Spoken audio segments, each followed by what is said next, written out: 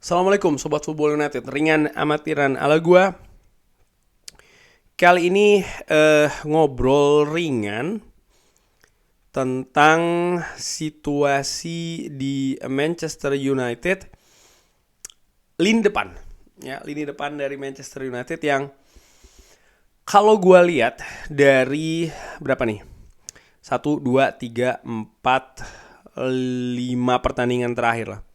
Minim Manchester United dalam urusan mencetak gol.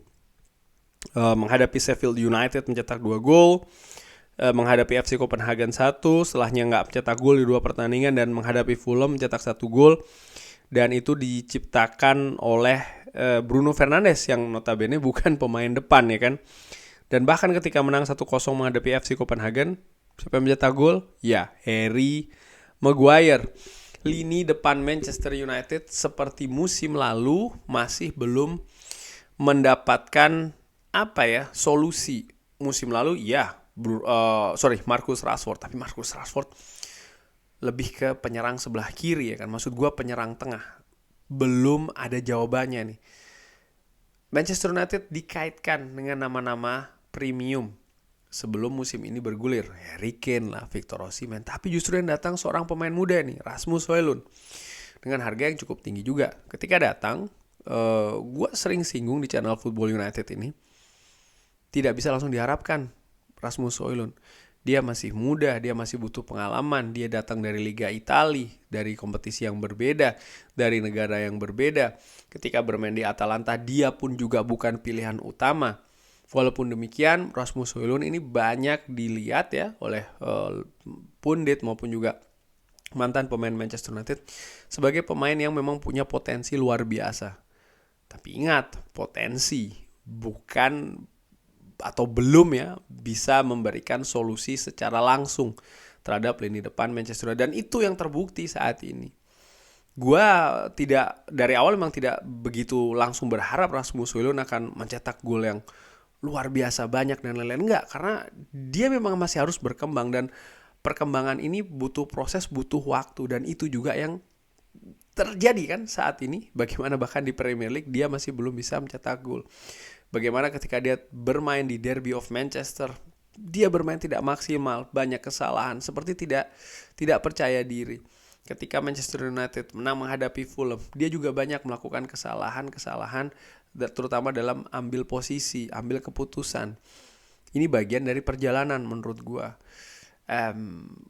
Dan bagaimana terus solusi bagi lini depan Manchester United? Melihat ya, seperti gue katakan tadi, Rasmus Højlund ini masih dalam tahap adaptasi, masih dalam tahap perkembangan.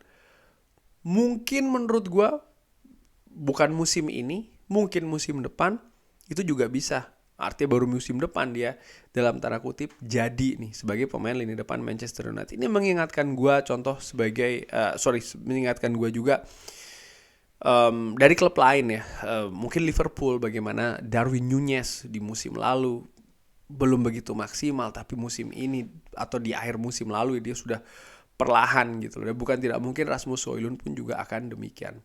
Dan itu menurut gua memberikan semacam kayak kontribusi dalam tanda kutip ya, bagaimana situasi lini depan Manchester United yang memang masih minim ini di papan klasemen sampai dengan sebelum pertandingan di hari Ahad tadi. Manchester United ini berada di peringkat 8 dengan raihan 12 gol, mencetak golnya 12 gol.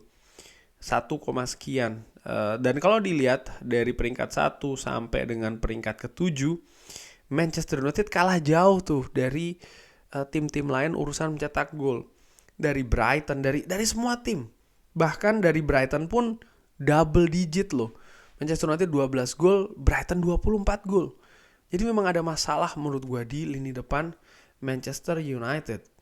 Walaupun ya kalau gue lihat ini jumlah shots, jumlah tendangan musim ini itu dipimpin oleh Manchester City. Manchester United ini berada di posisi yang lumayan nih, di peringkat ke-5, total 163.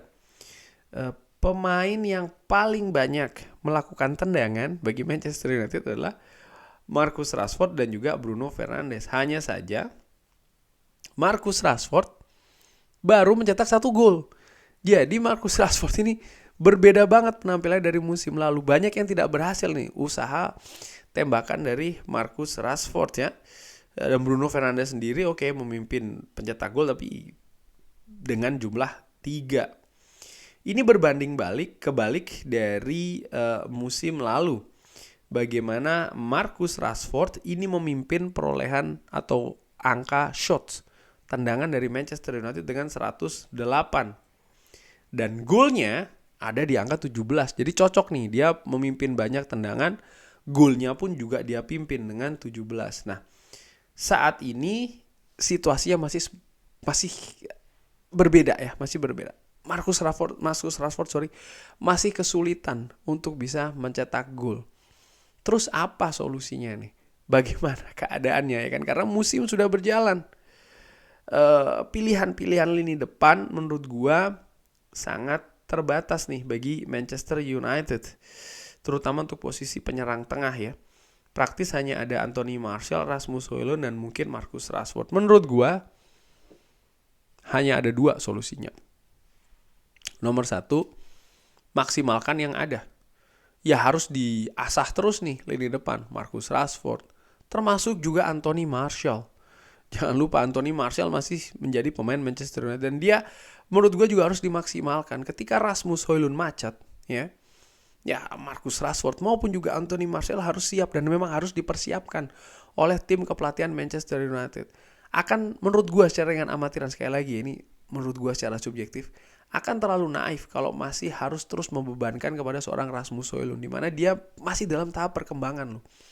Dengan memberikan beban yang terlalu tinggi, justru punya resiko yang besar, yang tinggi juga. Kalau dalam tanda kutip dia tidak sanggup, efeknya bisa nggak bagus bagi sang pemain itu sendiri. Sehingga dengan usia dia juga masih muda, masih musim pertama bermain di Liga Inggris, bermain di Manchester United pula, ya harus secara hati-hati.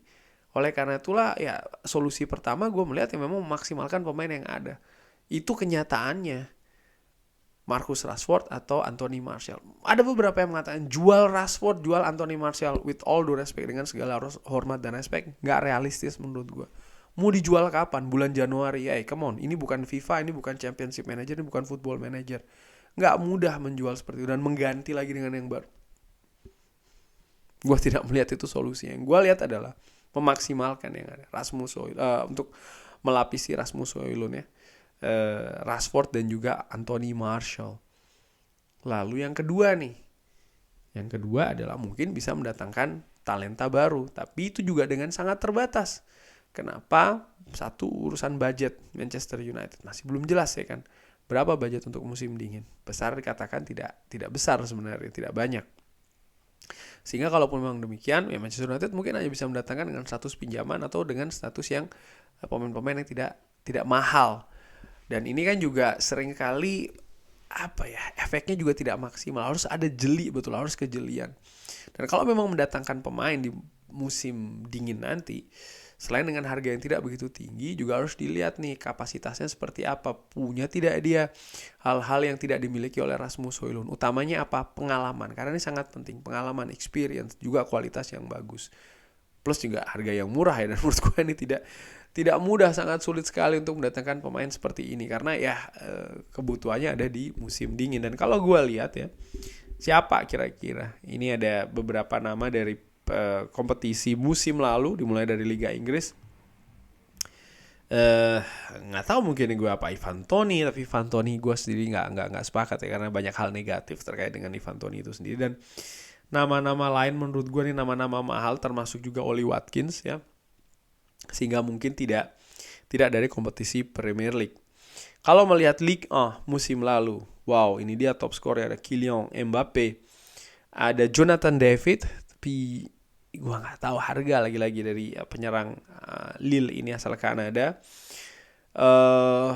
Nama lain gue nggak tahu ya, nampaknya enggak. Bundesliga ini dia pemain-pemain pencetak gol musim lalu. Ada Marcus Thuram yang sudah di Inter Milan. Gue juga nggak melihat ada nama-nama ini ya. Dari Serie A, wow, nama-nama mahal semua ini. Rafael Leo, Giroud, Kvaratskhelia, Domenico Berardi, Victor Osimhen, Lautaro Martinez, nama-nama mahal. Eredivisie hanya ada satu yang gue lihat ya, Santiago Gimenez, dan itu pun juga dengan harga yang tinggi. Dan dari kenyataan itu ya menurut gue balik lagi ke situasi atau pilihan atau opsi yang awal, memang harus memaksimalkan yang ada. Kalaupun mendatangkan ya gue nggak tahu siapa. Mungkin Sobat Football United kalau ada nama yang sekali lagi berpengalaman, kualitas bagus dengan harga yang murah, bisa drop di kolom komen. Tapi selebih dari itu gue lebih melihat bagaimana harus memaksimalkan pemain yang ada, itu satu-satunya solusi saat ini yang terbesar.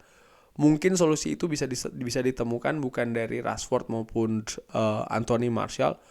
Mungkin dengan memanfaatkan pemain-pemain lain yang ada di lini serang Manchester United. Mungkin dengan memanfaatkan, gua nggak tahu ya, Facundo Pellistri, mungkin Anthony, mungkin Alejandro Garnacho, mungkin bisa dilakukan oleh Erik ten Hag. Tapi yang jelas Manchester United untuk bisa menambah atau menaikkan peringkatnya di Premier League butuh menang butuh gol. Kan rangkaiannya seperti itu.